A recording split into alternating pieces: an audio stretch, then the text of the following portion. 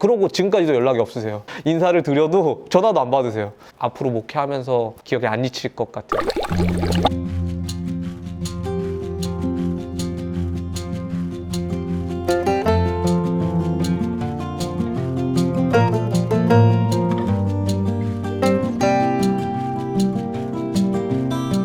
전도사님 자기소개 부탁드립니다. 저는 경기도 시흥에서 하늘길교회 담임하고 있는 최낙승 전도사라고 합니다.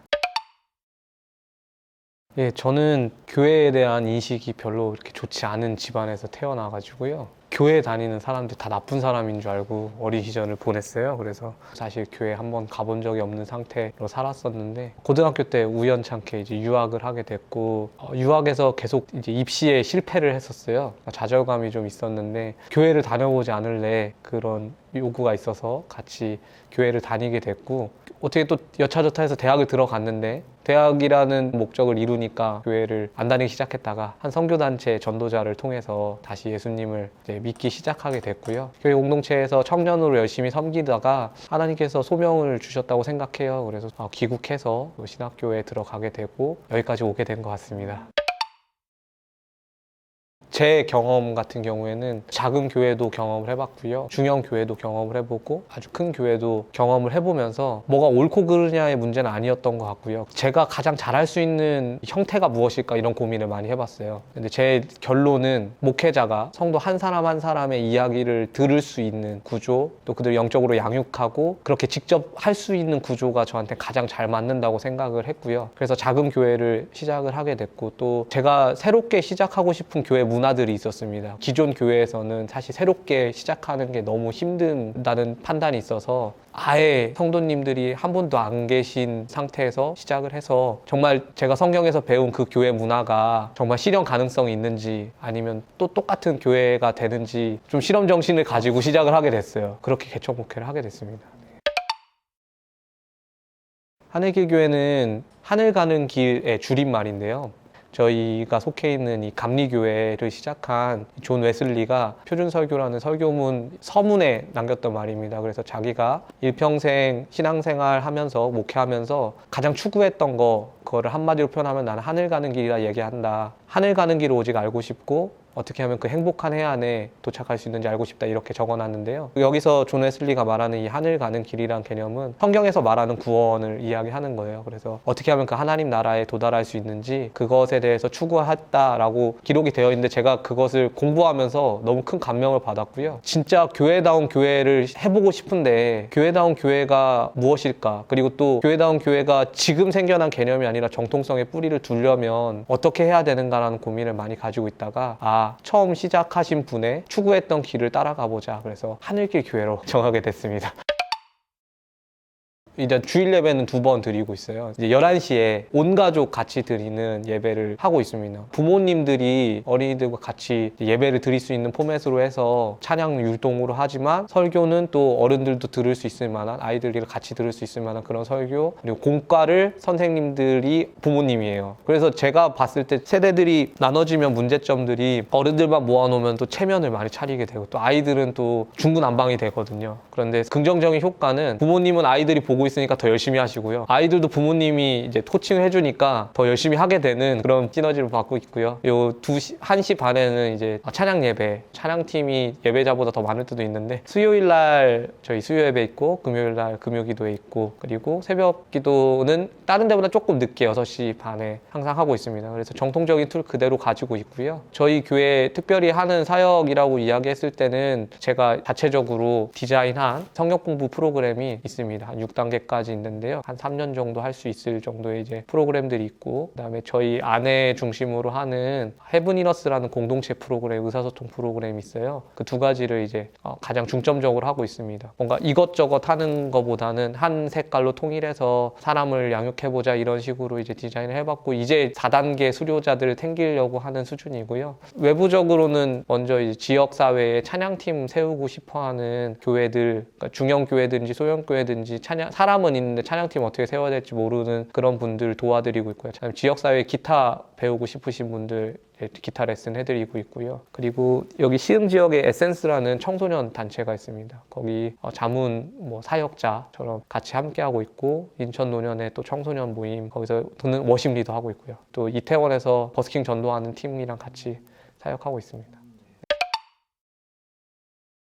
저희 교회 자랑할 게 그렇게 대단히 많지는 않은데, 그래도 지금 이제 이야기해 드릴 수 있는 거는 전통적인 틀을 많이 벗어나지 않고도 개혁적일 수 있다는 생각을 많이 하게 됐거든요. 그러니까 자꾸 뭔가 변화되려고 하면은 자꾸 틀을 부시려는 시도들을 많이 하는데, 저는 아까도 말씀드렸지만 틀을 부시진 않았거든요. 어느 곳에서나 다 아는 성경 공부, 어느 곳에나 다 아는 예배, 기도회, 이거를 가지고 지금 목회를 하고 있는데, 그 안에는 본질을 추구하려는 아주 강한 에너지를 쏟아붓고 있어요. 그래서 기도회 한 번을 해도 우리가 어떤 식으로 기도를 해야 되는지, 예배를 해도 어떻게 예배해야 되는지, 이런 부분에 대해서 말씀으로 철저하게 돌아가려는 그런 시도를 하고 있어서, 한마디로 표현하자면 전통적인 틀은 가지고 있지만, 그래서 밖에서 보기에는 그렇게 다를 거 없는 그런 교회지만 사실 내부적인 힘은 완전히 다르고 굉장히 변혁을 추구하는 그런 교회, 좀 신선한 교회라고 이야기할 수 있고요. 또 다음 세대에 대한 관심을 많이 두고 있는 교회라고 이야기할 수 있습니다. 절반 이상이 다음 세대다 보니까 관심을 안 가질 수는 없는데, 그래도 그 친구들에 대한 부분들 계속 하고 생각하고 있고요. 그리고